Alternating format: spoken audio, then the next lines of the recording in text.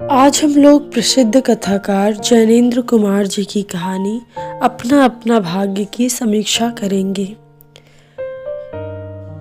समीक्षा करने से पूर्व कथाकार के विषय में थोड़ा सा जान लेते हैं। जैनेंद्र कुमार हिंदी की प्रेमचंद परंपरा के प्रमुख साहित्यकारों में एक प्रसिद्ध साहित्यकार हैं। इन्होंने कहानी, उपन्यास, निबंध तथा आलोचना के क्षेत्र में अपना महत्वपूर्ण योगदान दिया। ये पहले ऐसे लेखक थे जिन्होंने हिंदी कहानियों को मनोवैज्ञानिक गहराइयों से जोड़ा। इन्होंने कहानियों को घटना के स्तर से उठाकर चरित्र और मनोवैज्ञानिक सत्य पर लाने का प्रयास किया। इन्होंने न केवल व्यक्ति और समाज के पारस्परिक संबंधों की नई व्याख्या की, बल्कि व्यक्ति के मन को उचित महत्ता भी दी। इनके इस योगदान को भुलाया नहीं जा सकता। अपना अपना भाग्य कहानी की समीक्षा।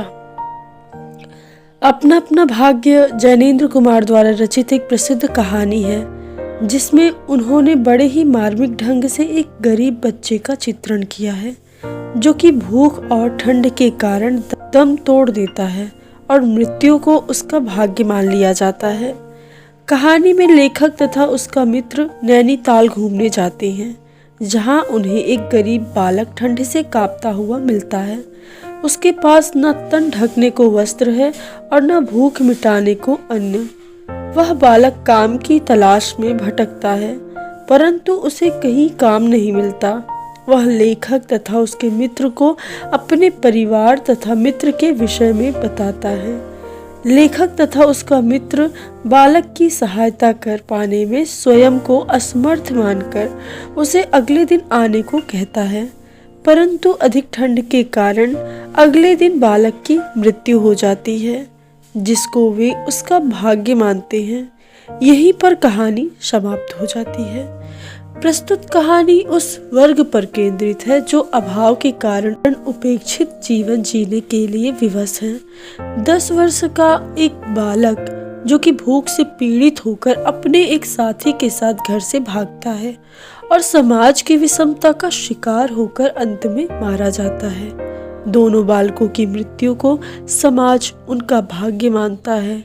समाज यह मानने को तैयार ही नहीं कि दोनों के भाग्य में असमय मृत्यु नहीं लिखी थी, बल्कि एक बालक साहब की मार से मारा जाता है तो दूसरा बालक समाज की निष्ठुरता से। समाज के अमीर बुद्धिजीवी लोग केवल बड़ी बड़ी बातें करते हैं, परंतु किसी उपेक्षित वर्ग की सहायता नहीं करते हैं। गरीबों के भाग्य को दोषी ठहराकर उन्हें अपने भाग्य के सहारे छोड़कर वे अपने कर्तव्य को पूरा होना मान लेते हैं तथा अपनी सामाजिक जिम्मेदारी से दूर भागते हैं। उच्च वर्ग के लोगों के मन में निम्न वर्ग के लिए कोई सहानुभूति नहीं है। लेखक तथा उसका मित्र बालक की सहायता कर सकते थे।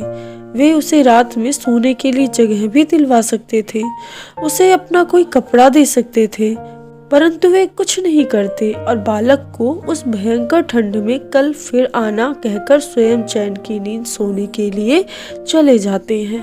यहाँ लेखक ने सामाजिक असमानता के प्रति बुद्धिजीवियों की उपेक्षापूर्ण उदासीनता एवं असमर्थता की मनोवृत्ति पर व्यंग्य किया है। लेखक तथा उसका मित्र असहाय और बेबस बालक के प्रति अपनी जिज्ञासा को प्रकट करते हैं, लेकिन उसकी सहायता करने के समय में हृदयहीन तथा अमानवीय बन जाते हैं। प्रस्तुत कहानी द्वारा जैनेंद्र कुमार ने सामाजिक विषमता का यथार्थ चित्रण किया है। समाज में गरीब और लाचार बालकों का शोषण दिखाना लेखक का उद्देश्य है। लेखक ने इस कहानी में यह भी स्पष्ट किया है कि जिसकी अपनी सामाजिक पहचान नहीं होती, वह शोषित होकर अपनी पहचान के अभाव में कहीं अच्छी नौकरी नहीं पाता और अंत में मर जाता है।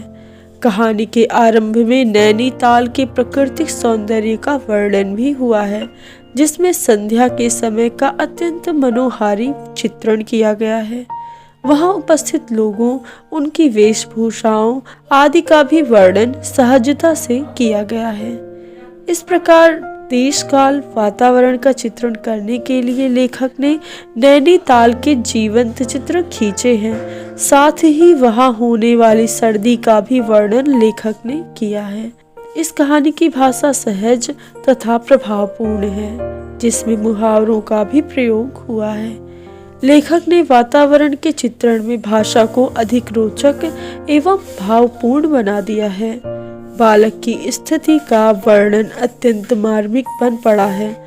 अतः कह सकते हैं कि अपना अपना भाग्य कहानी में सामाजिक विषमता तथा गरीब अमीर के बीच की खाई का वर्णन किया गया है, जो पाठक को सामाजिक परिस्थिति पर सोचने के लिए विवश करती है। साथ ही यह भी संदेश देती है कि मनुष्य को अपनी मनुष्यता के धर्म का पालन करते हुए परोपकारी बनना चाहिए, ताकि समय आने पर किसी असहाय की सहायता की जा सके, क्योंकि एक छोटी सी सहायता ही किसी व्यक्ति की जान बचा सकती है। हम आशा करते हैं कि आपको जैनेंद्र कुमार जी की कहानी अपना अपना भाग्य की यह समीक्षा समझ में आई होगी। धन्यवाद।